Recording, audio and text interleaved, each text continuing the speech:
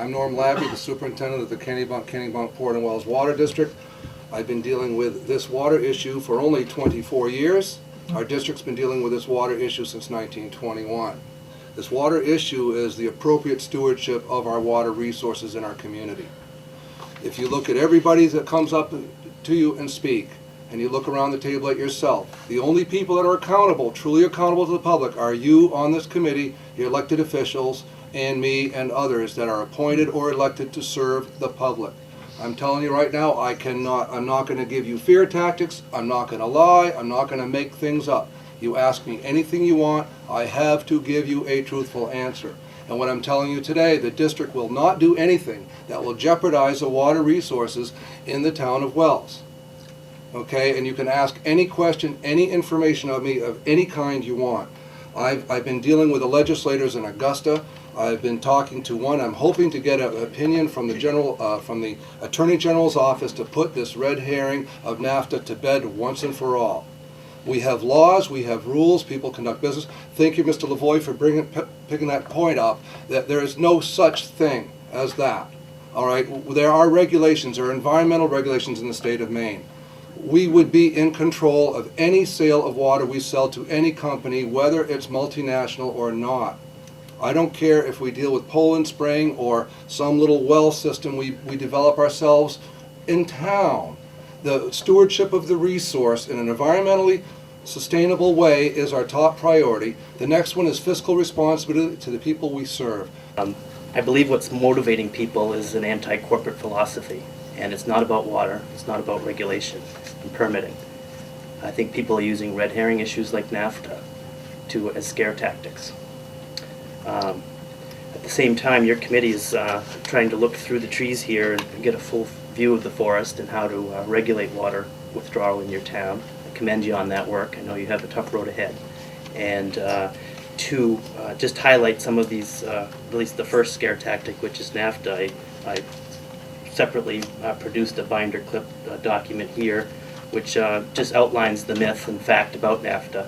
And we also provided looks like somebody did a whole doctoral dissertation on the issue here. It's a big thick document from WayneState University. I believe that's in Michigan, but I'm not sure. And you can read right down through the table of contents if you don't want to get into the legalese of it. Section 5, NAFTA and GATT trade protections do not impair legitimate water management laws and regulations.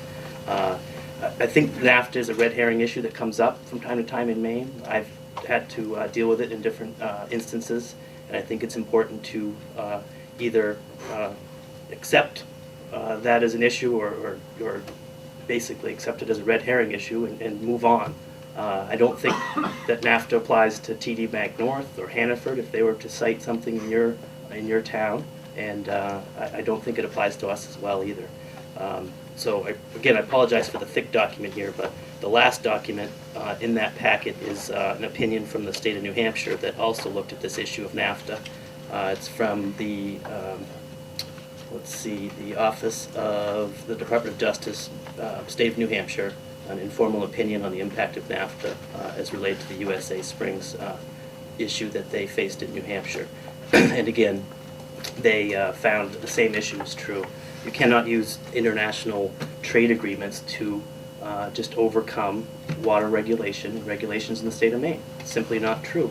I think, if we had reasonable and defensible ordinance governing extraction of our water, and someone tried to violate it, I think we'd win that too. And the only thing I would point out is that, Carol has mentioned the NAFTA issue, and one of the pieces of one of the writings that we were presented with at the last meeting mentions the fact that one of the options that we could employ was incorporate into any contract that's entered into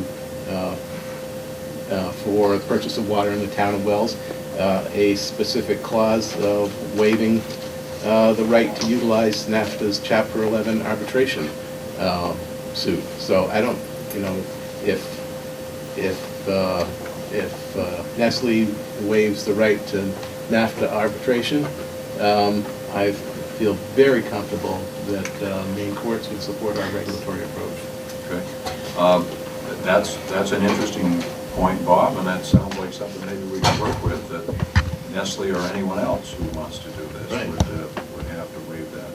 And certainly that is something that could be regulatory. If you want to play, you have to agree to this. And that's the whole idea of regulations, is you establish a set of rules. And if your set of rules is a good set of rules and covers every conceivable thing that might possibly go wrong, you should be okay.